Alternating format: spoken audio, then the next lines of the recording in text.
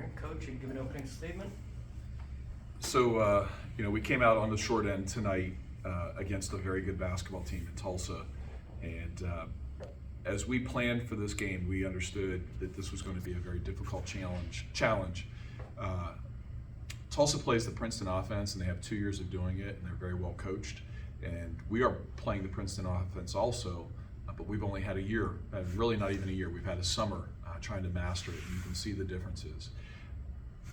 They executed very, very well, especially in the first 2 quarters. We, for the first time this year, played zone, which really affected them, and we got them to take shots that maybe they didn't want to shoot. We knew they were going to make threes.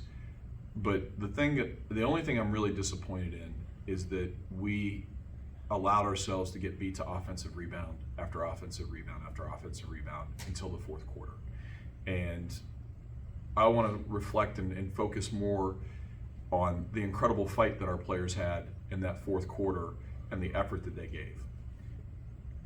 They played with poise, they played incredibly hard, they played with physicality. And if we do that going forward, the way that we played the entire fourth quarter, we're going to win a lot of basketball games.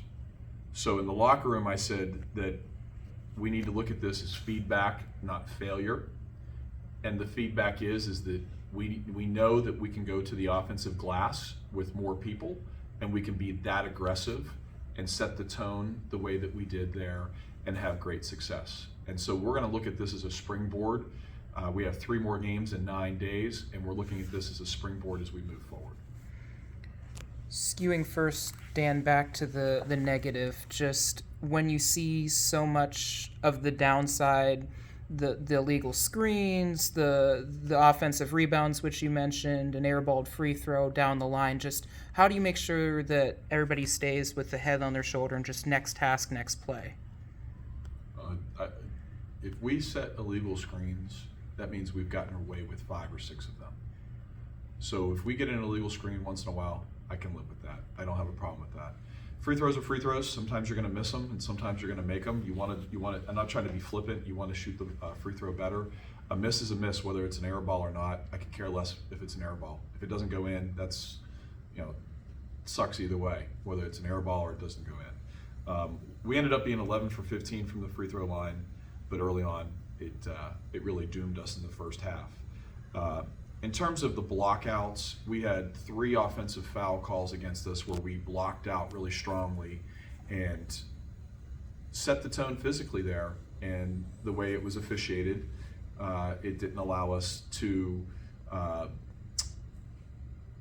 have success. And that had nothing to do with the referees, being bad refs. They're good refs, actually. It's very good officiating crew. That's the way the game was called tonight, and we made the adjustment.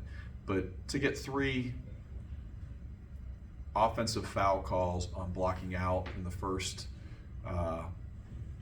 14, 16 minutes of the game, that's disappointing. And I'm just glad that we were able to flip the script a little bit. In the first quarter, they had a kid on an offensive rebound literally on the floor get a 3-point play. And then they had another scenario very similar to that. And, those are just tough plays that happen sometimes over the course of a season. You in the past, Dan, have called yourself a riverboat gambler. When it came time in the first quarter, the second quarter, when they started making that run, was there a temptation to call that timeout, or did you think that end of game, that comeback was there and you just trusted the ladies to figure it out on the court?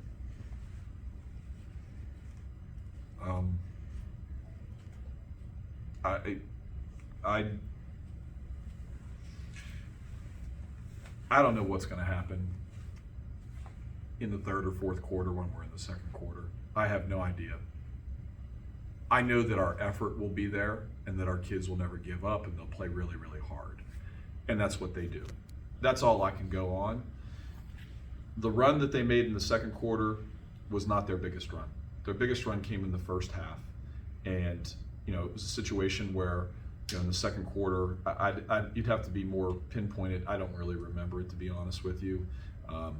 They hit some shots, and the only thing I can remember in the first half, the first or second quarter, is guys, you have to understand this is a game where there's going to be a lot of possessions, and they're going to miss some shots, and we're going to make some shots, and the score is going to fluctuate a great deal. And we just have to offensive rebound. And I kept talking about offensive rebound after offensive rebounding. And it was definitely a tale of them doing some things better than us early, and then us really putting on a very good performance in the fourth, but just coming up short.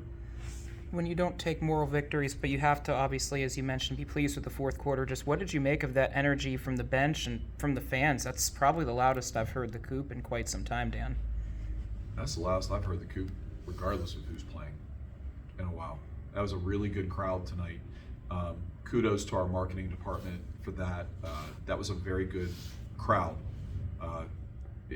It was a big crowd, and it was a very good crowd, and I hope that they'll come back. I hope that we gave them something to be proud of, even though we came up a little bit short. The effort that they displayed. When we went into the fourth quarter, we were down 18 points, 19. We're down 20. We're down 20 points, and we came back to a one possession game, and we just couldn't finish it. Feedback, not failure. We definitely have figured some things out tonight, and we move forward. Was the play for always out of that timeout for Yanni to have the ball leading scorer, know she has that mentality in the post, was that the idea, just give the ball to Yanni and let her go to work? Yeah, Yanni is a kid that can score and be really effective, and she's continuing to grow with having that alpha mentality and having the ball in her hand in late game situations and us counting on her. And she did a nice job tonight of scoring the ball in the fourth quarter. I really liked the set that we ran out of the timeout for Tess to get the wide open three. Vanessa drew that up, our offensive coordinator. She did a great job with it. I believe it's a play that we saw on Twitter that someone ran, and I was like, that's a really good set out of a timeout. I think that's one of the ones I've sent her, and to her credit, she drew that up, and those kids executed it perfectly. So, kudos to Vanessa. Vanessa did a great job for us, and Tess, got a great look. Last one I have for you, Dan. Despite the O boards, you mentioned the Pack's success earlier this season, the switch to zone. You held them to 34-4 from the field, 24-3 from deep, and it's a team that sometimes has a penchant for putting the ball in the basket. To be able to play multiple looks and have some success running them, how do you think that versatility is going to help as December slowly turns to January? That's the longest question I've ever had, Zach, and I don't know if I can follow all of that. Great, thanks. It's too late at night, I guess. As we go forward, we have to shoot the basketball better.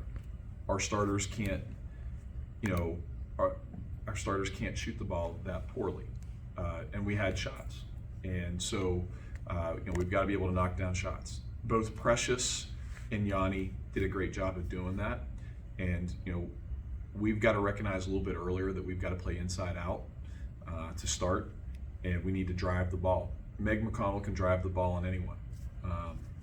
And I think Meg today set a record for her, a PR with 15 rebounds. I don't know, it is a record.